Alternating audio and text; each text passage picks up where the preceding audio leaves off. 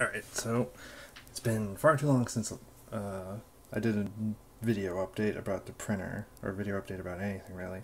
And this is actually like my third attempt trying to get a decent update video done, and for whatever reasons or another, it never actually goes through either quick enough or gets interrupted or something or whatever. So the last video I had was the printer printing this mustache ring, and as the first print goes, you can see all its wonderful flaws. There's all sorts of areas where the layers aren't actually connected to each other, where it's kind of flaking off or falling apart. The surface finish on the top here is really roughed up. Come on, focus. Alright, it's really roughed up here. Again, you can see like splitting going on. And then I did another print after tweaking the slicer, which is this. It has much cleaner, appropriate layer height. The surface finish is slightly better, though it's still gunked up at the top. And I then printed something a little bit more interesting, or I tried to, and that would be the parts to an impossible cube, which is basically like a puzzle cube with 4 pieces, technically 2, and they're identical to each other and mirrored. And this is the base to that impossible cube. You can kind of see the infill here. And for whatever reason or another, I would start the print and then I would just kind of watch it. And then if it was about to do something that was horrendously wrong, I would just abort the print and yank it off the board, peel it off, and when I peel it off, it's still warm, so that's why they're warped like that. So you can see I probably grabbed this one like right here and then peeled it up and off. I have like one like this, which got a little farther along, and it started gunking up in this corner and up over here.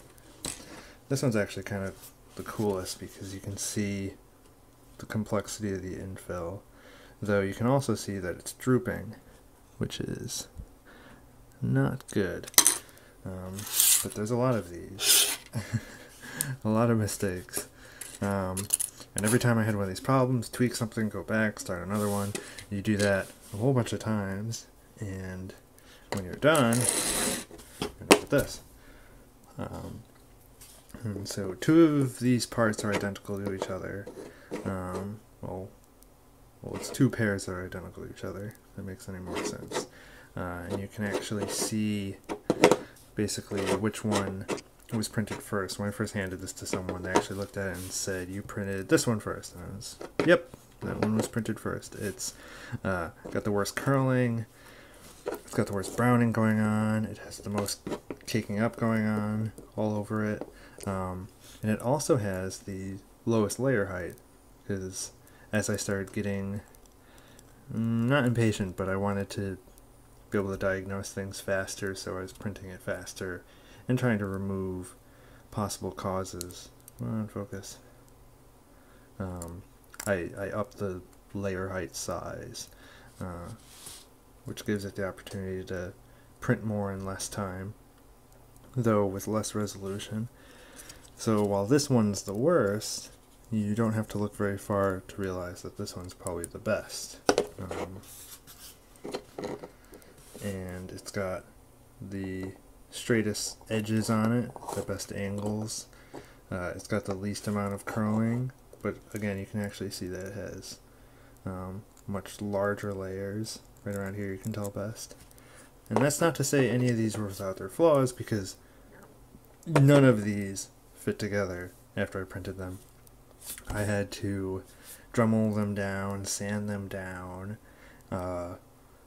cut off any sort of flashing or just unwanted pieces to make this fit together. And even then you can see that sides aren't parallel with each other. This isn't like this side here is wider than this side here. That's not like a camera parallax going on or anything. You can see that this line is crooked. These 2 pieces, the side here and here, even though you should be able to like push it farther down, doesn't want to go, just because it doesn't fit.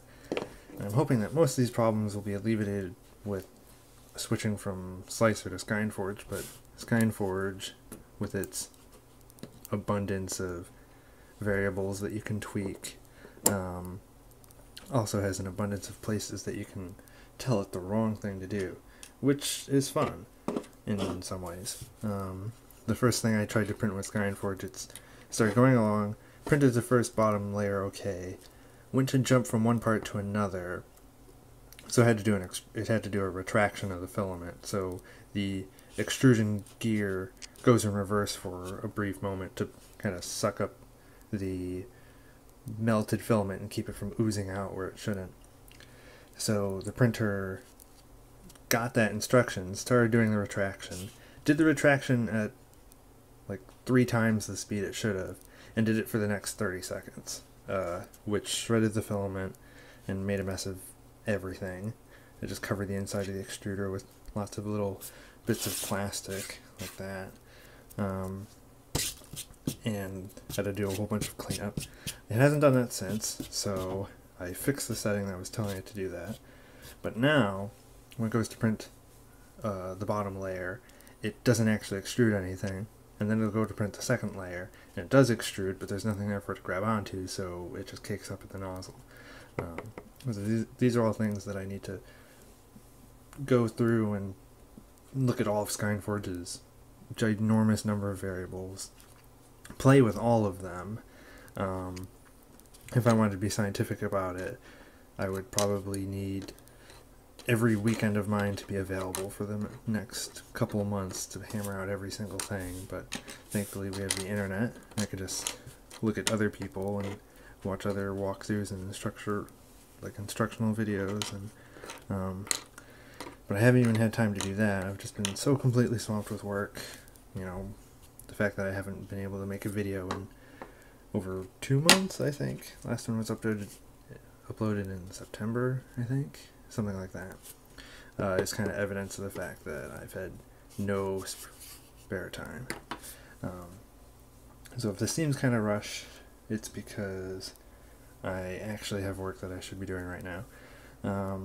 That's due Friday or something like that.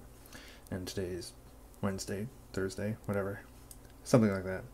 So I'm going to have more videos, but I have no idea when.